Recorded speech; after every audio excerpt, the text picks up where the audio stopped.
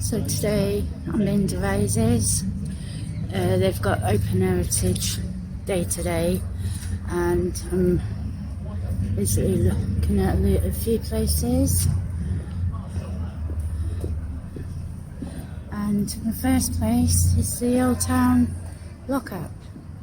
So I hope you enjoy. Don't forget to like and subscribe. Lunchtime. You know the guy that runs that. Thank you. Hang on. Gosh, it's quite steep and it's dark as well, isn't it? I'm going very carefully. Yes, do. Morning. God. Okay. I hope someone's got a torch. Once we're down here. Oh my, it's quite big. Is it? Yeah. Oh, nice. Bit slopey. There's a little step at the bottom. Okay, brilliant. Yeah. Thank you.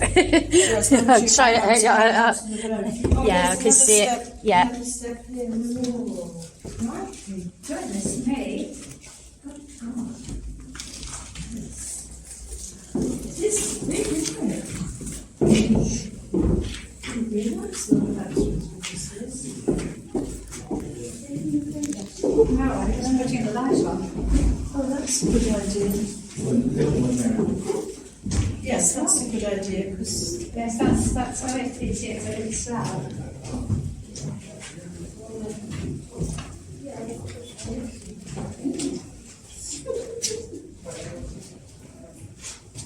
Gosh, it's much bigger than I thought it was.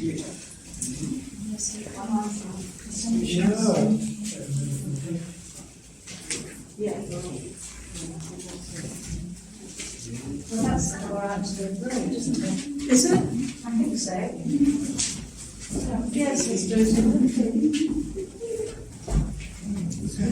Oh yes, this looks like the bottom. Yes.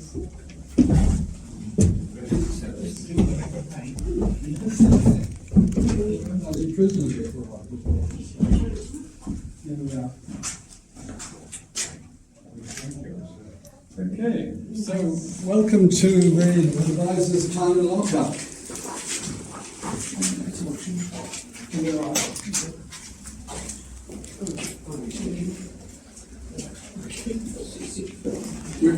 My name's James Flood. I'm looking after the place this year. Normally you've got a very good historian, John Govan, so you bear with me with my crib sheet. There's been a record of a lockup here in town since 1556. The previous blind room, anybody know what a blind room is? So, yeah, a cell, no light, apart from a little grill. So they would have no light. That's a blind room. And there's been one there from 1574. It's this site, on the site, but underneath the original building, which was at the Wall Hall. This town hall, built in 1806, 1808, therefore incorporated the cell in its centre. It's got two cells, as you go, there's the door there on the other side. This town hall, built by somebody called Thomas Baldwin. Does anybody know anything about Thomas Baldwin as an architect? Guildhall in Bath, Great Pulteney Street in Bath. They're all his work. He ran into trouble in the late 19th century, late 18th century, when he hadn't kept his books, and he was made bankrupt. So Bath City Council thought highly of him and reinstated him into practice. So he was able to build this town hall. And if you look at the shape of the town hall, it would fit into Bath quite nicely. So the cell is part and parcel of it. The actual need for these things, every town, unfortunately, needed a lockup. Actually, strictly speaking, every town has still got one. We've got a custody centre within the constabulary. So you've got all the usual problems, drunkenness, addictions. But you know, they were much exercised by something called vagrancy, homelessness, drug addiction, mental illness. Most of these things weren't recognised. Society in the 15th century took a very dim view of somebody. A vagrant was somebody who was physically able to work, but refused to do so, and were trying to earn a living by prostitution or begging or what have you. And when you think about what was going on internationally, we were in and out of wars, so you must have had a lot of what you call them veterans now, with post-traumatic stress disorder. And these people were viewed with contempt by society. So that when they turned up in a place and they weren't wanted or they were being a nuisance, they would be arrested, locked up, sobered up to the magistrate upstairs in the town hall. The magistrate would then dispose of them. You could actually be executed for repeat vagrancy before the Elizabethan Poor Law. Wow.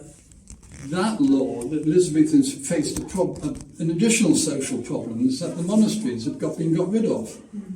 Which, you know, that's a fact. That's what happened. But one of the things the monasteries did was they had charitable activities. They would feed the passing beggar and poor. They wouldn't hang on to them, they'd move on. That had stopped, so the Elizabethans had to find a solution. So their solution was simply to say to a parish, you can raise tax locally, you can raise tax, but you've got to look after the people who cannot work, the ill, the chronic sick, and those who should be working. So from there, 1601, all the way through to 1824, in essence, you get arrested as a vagrant, you get out and you'd be sent back to your parish, which actually became abused because people had to be paid to move them. So there was a nice little trade going on. And that was all put a stop to in the 1824 era. But again, there was this downward pressure pushing people. To be fair to the Victorians, they were beginning, well, 1824 was before Victoria, but they looking at rehabilitation and trying to change things. So here, if you got arrested and you were sent across to the Bridewell, does everybody know the Bridewell? Yeah. You've heard of the Bridewell? Okay, just for those who don't, Bridewell Street in Devizes has the Bridewell. The Bridewell is named after St. Bride's Church in London, where there was a holy well. So, Bridewell. In that street, there was an old palace, Bridewell Palace, I believe Henry VIII, and that was used as a house of correction. And that became a very popular idea.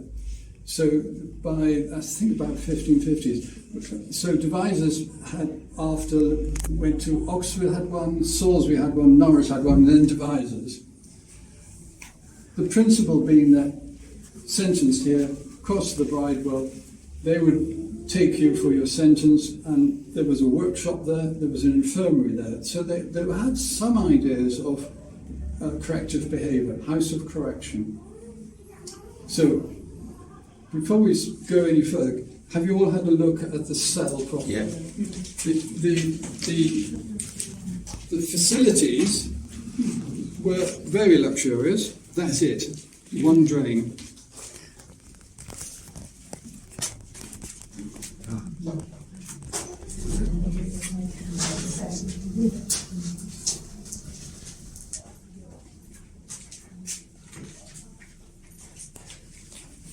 We don't know the actual numbers of prisoners that were accommodated here. The floor would be covered with straw, so the staff were called turnkeys employed by the town. Literally turnkey. They had the luxury of the fire. They looked after the prisoner, fed, feeding, clean, and then producing the prisoner to the magistrate in the morning.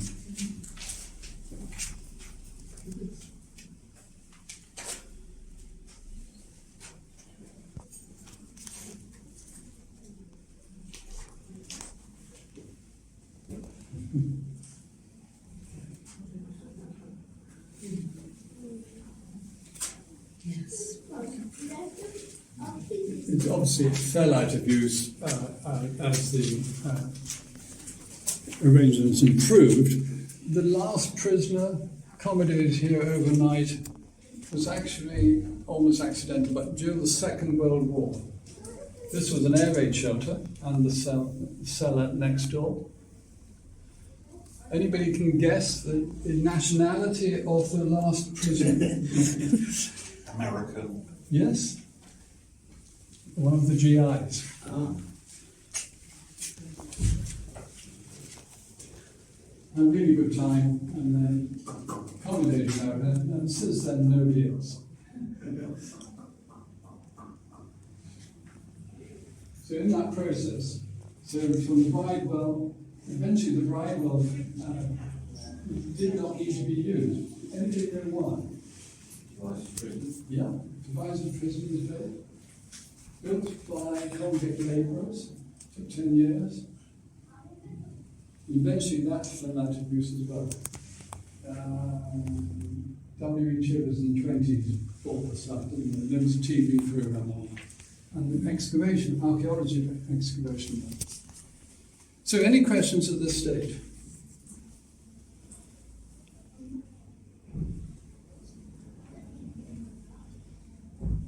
Decent crowd. Yes, lovely.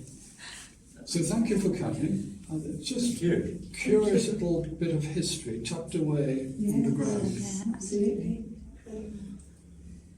And I hope we're looking after the homeless a bit better than we used to, put it that way. Do they have school visits here? No, they It would don't. be very good, wouldn't it? Well, lock them up for this. School children. Yes, but you know, to see, it'd be fascinating. Life history. How things work. We'll give them a Exactly. feel for the context of Yes, this, the absolutely. way it works. Yeah. Yeah. So thank you for coming. Thank Thank you. you. Thank you. Let you carry on. Thank you very much. What, 500 listed buildings, so you've got all of those.